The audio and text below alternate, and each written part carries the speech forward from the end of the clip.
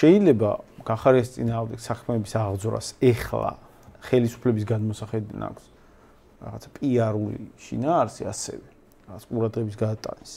იმიტომ რომ გახარია უცხოეთში და იქ ვერ მიწვდებიან და მის პარტიას ფაქტია არა უქმებენ, არც სარჩელში არ არის მისი პარტია. ამიტომ გახარია არის უცხოეთში არ აპირებს ჩამოსვლას, არც ისე არ აპირებდა და პარტიას არ აუქმებდა. ამ კუთხით ეს ფიზიკურად არაფერი არ იცოლება, მაგრამ რაც მნიშვნელოვანია, თვითონ შინაარსი რის გამოც გახარიას წინააღმდეგ გააღწევს საქმეები, ეგ არ არის უბრალო მოვლენა, ეგ არის საკმაოდ შემაშფოთებელი შინაარსი იქიდან გამომდინარე, რომ ერთ-ერთი საქმე, რაც გახარიას ედავებიან, არის ჩორჩანას საგუშაგო. ანუ საოკუპაციო ხაზთან საგუშაგოს გახსნა, რომელზეც მაშინ პრეტენზია არავის არ ქონია, რომლის, რა ვიცი, უფლება აქვს სახელმწიფოს ჩვენი ტერიტორია, ჩვენი ტერიტორიის დაცვის ამოცანიდან გააქვს მაგის გახსნის უფლება, ეს სწორად გახსენი იმ მომენტში დამაზიანებელი იყო, არ იყო დამაზიანებელი, ეგ უნდა განეხილა მთავრობას იმ მომენტში და რეაგირება მოეხდინა იმგვარი, რომ რა ვიცი, მაგალითად პრემიერად არ გადაიყვანათ ადამიანს, რომელსაც ეს გააკეთა. ხო, ანუ ადამიანი პრემიერად გადაიყვანეს ამის მერე, იმ მომენტში არავის პრეტენზია არ გამოუთქვია და რაც მთავარია, სულ რომ იყოს იმ პრაგმატული თვალსაზრისით დამაზიანებელი და სახიფათო რაღაც ნაბიჯი დეკლარირება და აფიშირება, რომ საკუთარ შინაგან საქმეთა მინისტრს უწყებს სამართლებრივ დევნას იმის გამო საკუთარ ტერიტორიაზე გახსნა საგუშაგო, ტერიტორიაზე სადაც ხალხის გატაცებები ხდებოდა საოკუპაციო ძალების მიერ, სადაც ჩვენ მოქალაქეები სადაც ოპერირებენ იმ სივრცის დარღვევა და საფრთხების შექმნა. შეიძლება ეს ფორმულირება თვითონ კატასტროფული ამ ფორმულირების მიცემა უნდა მოერიდო საერთოდ, თუნდაც ჩათვალო, რომ აი ეს საგუშაგო ჯობდა მაგ მომენტში არ გახსნილიყო, მაგრამ ეგ თუ ჩათვალეს, სხვა გზით უნდა თქვათ რეაგირება მოახდინო იმ გზით, რომ ამას აფიშირება არ გაუკეთო ჯერ ერთი. და მეორეც ერთი როგორც მინიმუმ მაგალითად არ დააწინაურო თანამდებობაზე, ხო? ხო და ეგ ძალიან შემაშფოთებელი ფორმულირება ხა ამ ფორმულირებით შინაგან საქმეთა მინისტრზე დევნის დაწყება, თუ რამე არ შეიძლებოდა ეგ არ შეიძლებოდა. თან უყურე მან პრობლემა რა არის? რასაც ედავებიან გახარიას, ანუ რაღაცა ზიანის მიყენება. ხომ ასეა? სახელმწიფოსთვის ზიანის მიყენებაზეა საუბარი, ჩორჩანას кейსის შემთხვევაში და მეორეა იმ ეგრეთ წოდებული გავრილოვის ღამეში რა ღამის დროს რასატრიალდა, რომ ვიღაცები დაზიანდნენ.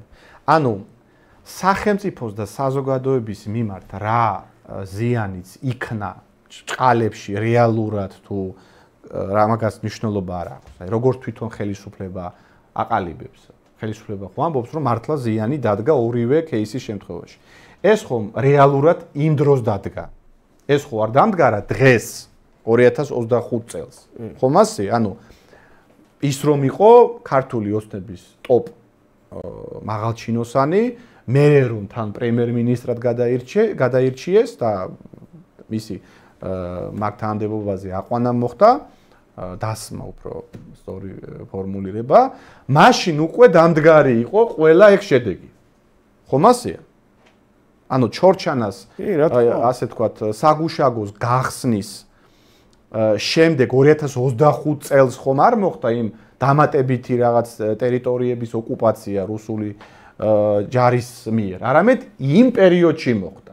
ასევე ასე თქვათ თვალები რო დასთხარა გახარიამ ეს მოხდა 2000 რომელი წელი იყო 19 წელს.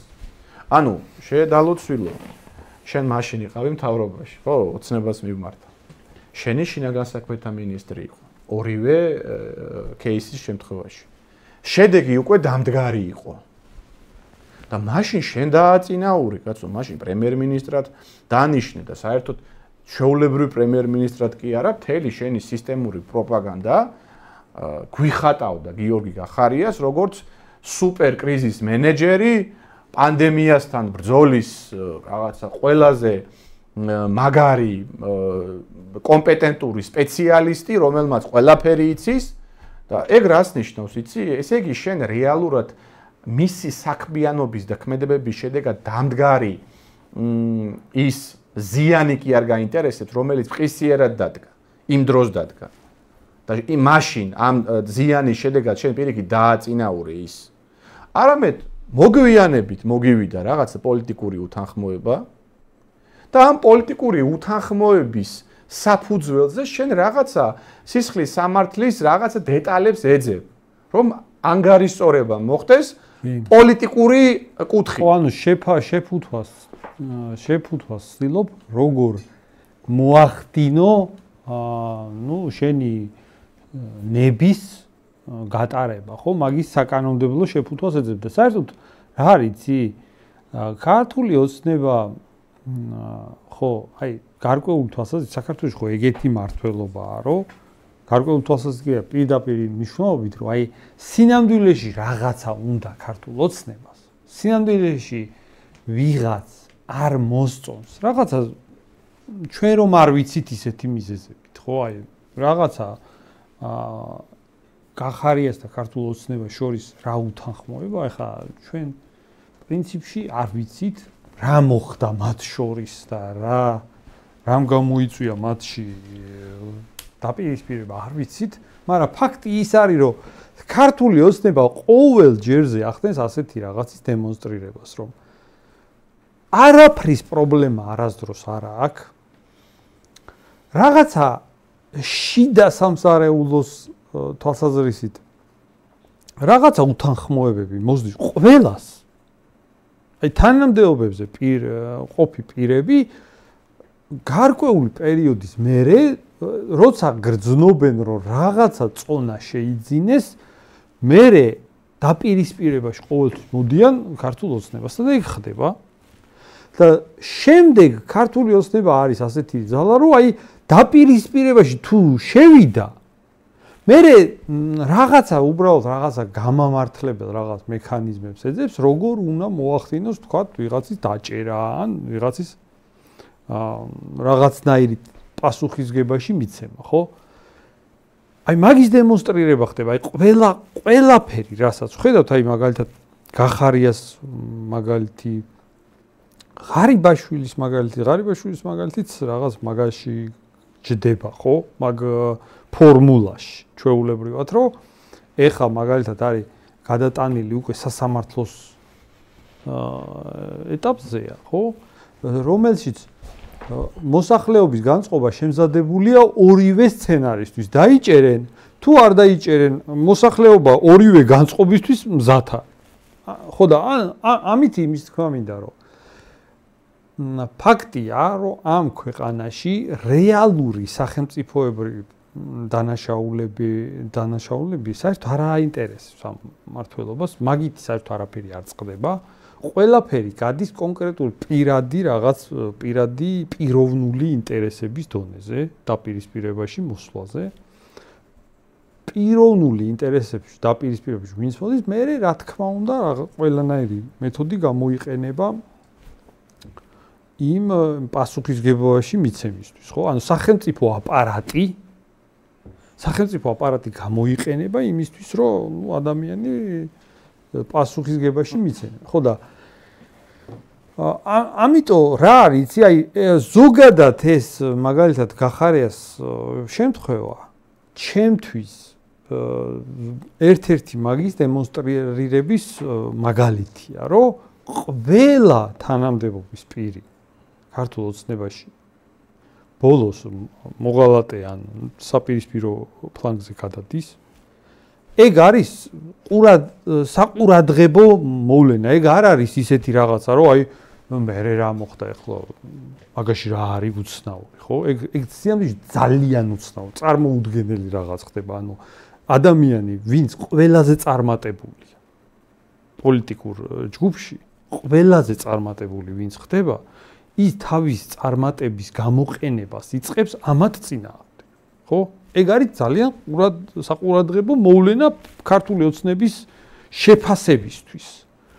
ხო და ამიტომ მე ეგ მაგ გახარიას მოვლენასაც აი ეგრე უყურებ. ეს არის ერთ-ერთი მორიგი მაგისი დამადასტურებელი ფაქტი, რომელიც გამოხატავს ქართული ოცნების შიდა სტრუქტურის რაღაც არაჯანსაღ მდგომარეობას.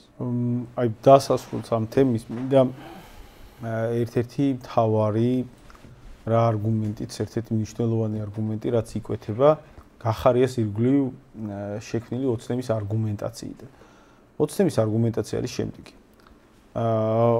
ჩორჩანაში გახარიამ ჩაიდინა სახელმწიფოსთვის დამაზიანებელი ქმედება მიზანმიმართულად, როგორც ოცნება ამბობს, და არ ჩააყენა მთელი ოცნების შემადგენლობა საქმის კურსში და შემდეგ 19 ივნის 2019 წლისა აი გავრილობის ღამეს ასევე ჩაიდინა ისეთი მეთოდები გამოიყენა, როგორც ოცნება ამბობს, მიტინგის დაშლის და გადატრიალების ცდილობის აღკვეთისას, რომ ასევე რაღაც დესტაბილიზაციაზე იყო მიმართული ამ ზედმეტად ხისტი მეთოდების და იარაღის გამოყენების მოტივაცია და აქედან გამომდინარე გახარიას სინამდვილეს მიზანმიმართულ დესტაბილიზაციას ცდილობდა სახელმწიფოს დაზიანებას ისახავდა მიზნად. კითხვაზე რატო აკეთებდა ამას? პასუხი არის, რომ ის იყო deep state-ის აგენტი თავიდანვე, შინაგან საქმეთა მინისტრად ჩანერგილი. კითხვაზე რატომ გადაიყვანეთ თქვენ deep state-ის აგენტი, თუ დაინახეთ კიდეც, რომ ცალსახად დამაზიანებელი ნაბიჯები გადადგა, პასუხი არის, რომ ჩვენ დაგვირეკეს, ანუ ის კი არა, რომ ეჭვი გქონდა და რაღაც არ ვიცოდი. ჩვენ დაგვირეკეს deep state-იდან, დაგვირეკეს ეგეთი ფორმულირება და ვითხრეს, რომ გახარია პირველ კაცად ქვეყანაში, პირველ თანამდებობაზე უნდა დაგვენიშნა deep state-ის აგენტი. ანუ ოცნება ღია დეკლარირებულად ამბობს, რომ თუ რაღაც ჩვენი გარემოებები, თუ ინტერესები ითხოვს, თუ რაღაცას გვაწვევიან, გვაძალებენ და ეს დაძალება ჩვენ გვიწევს იქიდან გამომდინარე რაღაცა უფრო კომფორტულად ვიყოთ ჩვენ ძალაუფლებაში, ჩვენ მზად ვართ მოღალატე დავნიშნოთ ქვეყნის პირველ პირად. ანუ ჩვენ აღიარებით. ეგ არის ოცნების გამართლების მეთოდი. ოცნების აღიარებითვე, ეს მე რაც ვილაპარაკ, ეს არის ოცნების თვითონ დეკლარირებული შინაარსი ამ ისტორიის. ხო. ოცნების აღიარებითვე, ეს არის ხელისუფლება, რომელიც მზად არის მოღალატე აგენტი, როგორც ისინი ფორმულირებას უკეთებენ, დანიშნოს ქვეყნის მმართველად, თუ ინტერესი ამ დანიშვნისა გარეზე წოლა იქნება თუ სხვა რაიმე ფინანსური თუ რა ინტერესი საკმარისად მყარი იქნა. ან თუ საჭირო ფასი შესთავაზეს, ესენი მზად არიან დანიშნულ მოღალატედ.